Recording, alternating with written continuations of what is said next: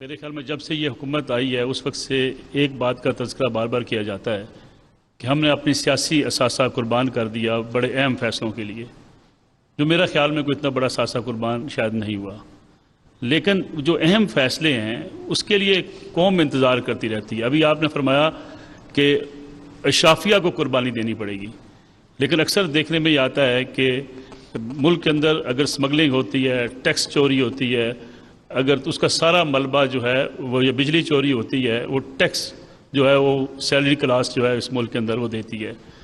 Tax net کو بڑھانے کی بات کی گئی، مجھے یاد ہے 97 کے اندر جس ایف بی آر ریفارمز کا ذکر میاں نواز شریف نے کیا تھا، شاید اس کا ہم آج تک انتظار کر رہے ہیں۔ اس ملک کے اندر بڑے طبقات ٹیکس نہیں دیتے اور آپ باقی درد دل رکھتے ہیں، لیکن عام آدمی کا کیا قصور ہے اگر بجلی چوری ہوتی ہے، اگر سمگلنگ ہوتی ہے، اگر ٹیکس چوری ہوتی ہے؟ جی بہت شکریہ، آپ نے بڑے اہم سوالات کیے ہیں۔ یہ جو بات آپ نے جو کہی ہے کہ اشرافیہ کو قربانی دینی ہوگی، اس میں کوئی دو رائے نہیں ہے۔ بالکل میں آپ کو یہ بات صدق دل سے کہہ رہا ہوں، اس میں مجھ سمیت، اور اس میں چاہے وہ کاروباری لوگ ہیں یا بڑے بڑے سرمایہ کار ہیں یا سیاستدان ہیں یا دوسرے اداروں سے جن کا تعلق ہے، اور اس کے لیے میں سمجھتا ہوں کہ اب وقت آ چکا ہے۔ اور نواز شریف جو میرے قائد ہیں، وہ میں ہماری پارٹی اس میں قطعاً اس میں کسی بھی کوتاہی یا تعامل کا شکار نہیں ہوگی۔ انشاءاللہ آپ اس کو دیکھیں گے الیکشن میں، جس کو بھی اللہ تعالیٰ جس پارٹی کو بھی موقع دے گا، وہ ہم اگر کسی اور کو دیتا ہے تو ہم بھرپور تعاون کریں گے۔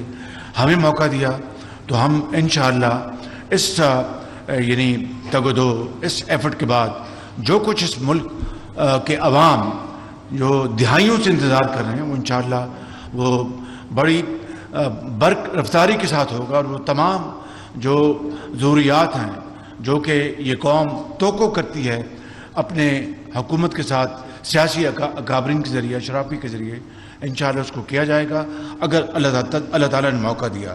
مگر ایک بات آپ کے ذہن میں رہنی چاہیے کہ آپ نے کہا کہ یہ عرصہ گزرا، یعنی فتنہ اور شورش اتنے زوروں پر تھی۔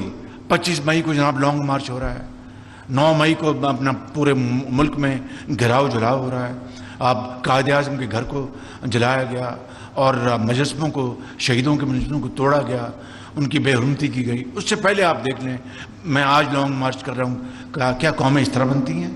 قومیں اس طرح چلتی ہیں؟ قومیں اس طرح ترقی کرتی ہیں؟ بھئی اگر آپ ایک آئینی ایک کام ہوا ہے، ایک نئی حکومت آئی ہے، تو آپ کہتے ہیں کہ یہ امپورٹڈ حکومت ہے، آپ کہتے ہیں یہ میرے خلاف امریکہ نے سازش کی، پھر آپ کہتے ہیں امریکہ نے سازش نہیں کی، یہ میرے خلاف فلان نے سازش کی۔ کیا کبھی کوئی ذمہ دار، کوئی جو لیڈر ہے، کبھی اس طرح کی باتیں کرتا ہے؟ یہ سارے کے سارا جو میں نے آپ کو بتایا، میں نے آپ کو سری لنکا کی مثال بتا چکا ہوں، یہ سارے کے سارا ایک وہ ان کا ایک سازش تھی، جال بنا ہوا تھا، باہر کے جو سازشوں کے ساتھ، اندر سازشوں کے ساتھ مل کر، کہ پاکستان کو، معیشت کو تباہ کر دینا اور پاکستان کو تباہ کر دینا ہے۔ دیکھیں ہٹلر اور عمران خان نیازی میں کیا فرق ہے؟ ہٹلر نے اپنے ہاتھ سے جرمنی کو بنایا، انہوں نے اپنے دفاعی صنعت کو بنایا، آٹوموبائل انڈسٹری کو بنایا، آٹو بانس، موٹر ویز بنائی اور ملک کو بنایا، اور پھر اپنے ہاتھ سے ملک کو تباہ کر دیا۔ عمران خان نے ایک اینٹ نہیں لگائی، جو بنا ہوا تھا اس کو تباہ کر دیا۔ یہ فرق ہے بالکل۔ تو کیا کوئی ملک متحمل ہو سکتا ہے؟ جی آپ کی اجازت سے میں ان کا ایگزیکٹ جو ملک صاحب آپ نے جو کہا نا سیسز بڑھانے چاہیے، بالکل ٹھیک ہے، 12 لاکھ بڑھائے ہیں اس سال میں، اب مزید بڑھنے چاہیے۔ یہ جو کرنٹ ایئر ہے اس میں 12 لاکھ نئے سیسز کریٹ کیے۔ دوسرا جو آپ نے سیلریڈ کلاس کا کہا، آپ شکر کریں کہ جو پرپوزل تھا وہ 100 ارب ٹیکس سیلریڈ کلاس سے مزید ریکوری کی تھی، 9 جون کے بعد پرپوزل تھا، وہ صرف 15 بلین پہ سیٹل کیا، تو 100 بلین کی یہ انہی چیزوں میں ہمیں چند دن لگے ہیں، ورنہ تو شاید ہم بڑی جلدی تو اچھا چیزیں کر لیتے ہیں۔ پچھلے سال یہ ٹیکس لگے، یہ میں آپ کو بتاؤں، یہ خود نمائی نہیں کر چکے، آپ نے سوال کیا، اور پھر اس میں ٹوبیکو انڈسٹری کے اوپر بھی سپر ٹیکس تھا اور شوگر انڈسٹری کے اوپر سپر ٹیکس تھا، اور اس طرح دوسری انڈسٹری کے اوپر۔ لیکن یہ ایک لمبا سفر ہے، اس کو ہمیں دن رات مل کر کام کرنا ہوگا۔